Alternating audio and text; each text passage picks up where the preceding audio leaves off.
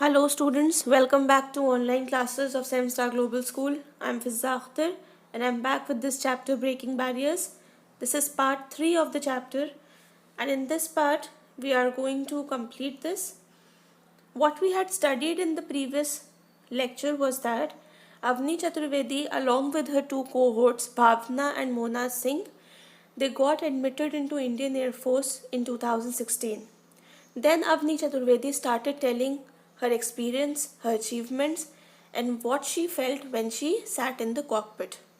I always say this and I'm repeating it again. Those who are joining for the first time, please see part 1 and 2 and then come here, otherwise you'll not understand what is going on. So let's proceed. On Avni's second sortie of the day, during the training, there was a warning as she was preparing to take off. Immediately, she decided to abort the takeoff. That day, I realized how the decision made in a split second can get the situation under control or push it out of control. Had I delayed my decision to take off or taken off with the cockpit cover open, the consequences could have been disastrous, she says. What happened was that when Avni was preparing to take off, because usually it happened that they had to practice for days and they had to practice on regular basis. So that is why when she was preparing to take off one day, she got a warning that please abort your takeoff. Abort means cancel your takeoff. And the person sitting inside the cockpit has to make the decision within seconds because there is no time to react, as she has already told before. So that is why she decided quickly that she had to abort the takeoff. Why? Because it happened that the cockpit cover, it remained open. It was not closed properly, and that is why she added that if she would have taken the decision late or by mistake she would have taken off, then the result would have been very bad. It could have been very disastrous. The next paragraph says, the Indian Air Force has a 3-stage process for training pilots. In stage 1, pilots have to practice flying in a basic aircraft for 55 hours. While in stage 2, they have to practice flying for 87 hours in an advanced jet trainer. After this training, the trainees are separated into different streams according to what they will be flying: helicopter, transport planes, or fighter jets. So I had told you this, that in order to become a fighter pilot, they had to undergo a process of training, that too for a long period. So this process for training pilots, it's divided into 3 stages. In stage 1, these pilots have to practice flying a basic aircraft for 55 hours. 55 hours is coming approximately to 2.5 days. While in stage 2, they had to practice for 87 hours and now they will be given an advanced jet. And 87 hours is coming approximately to 3 or 3.5 days. Now after this stage, that is stage 2, it is decided that these trainees will be separated into different groups or different streams, you can say. And this stage will decide that what they would be flying. Whether they'll fly a helicopter or a transport plane or a fighter jet. It's a kind of a, like we take out the merit list, it's like the same thing. That after their training, according to their marks and achievement, they will be given different fields. Next paragraph says, those fit to be fighter pilots then continue to the 3rd stage of training, in which they have to practice flying for 145 hours in advanced jet trainers. Then these officers are further trained to fly fighter jets that can go faster than the speed of sound.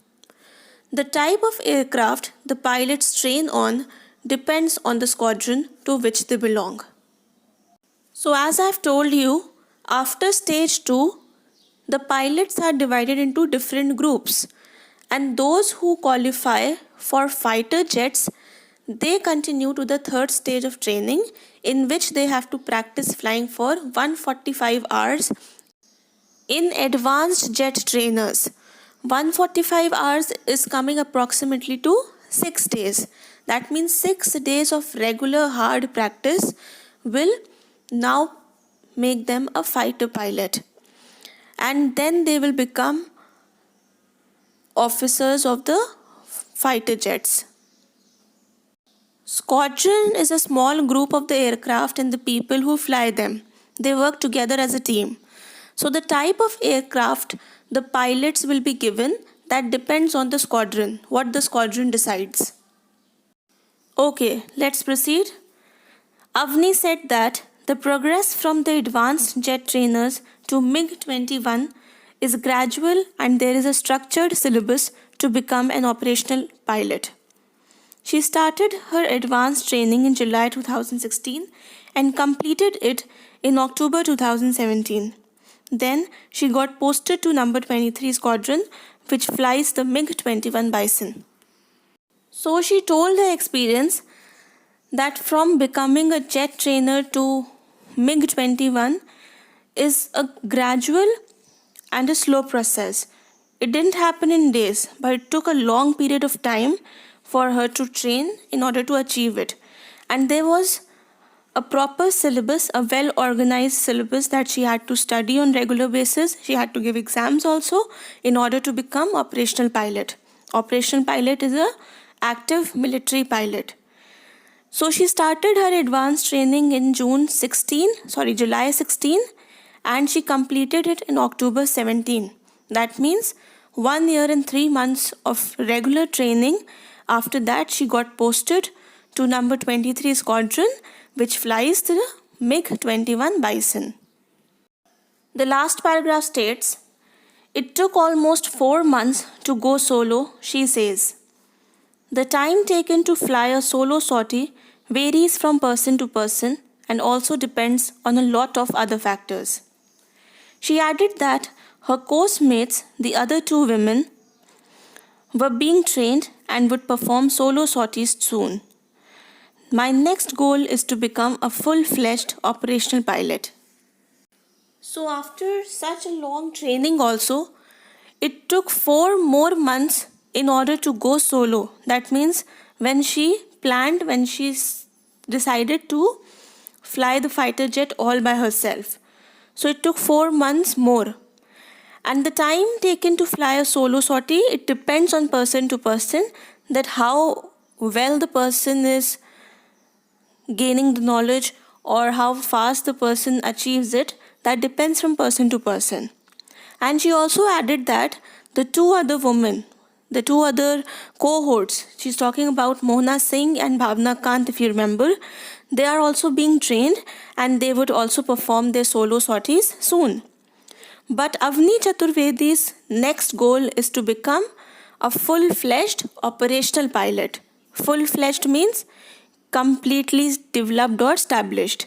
So she wants to become an operational pilot, and we hope so that she achieves her desired goals. So that was all we had to do in this chapter. I hope you have understood what I've taught, and if you have any confusion, please revise it properly. Make yourself a better person so that you can also achieve your desired goals. You can also reach your desired heights. Study well, everybody. Keep revising, keep practicing.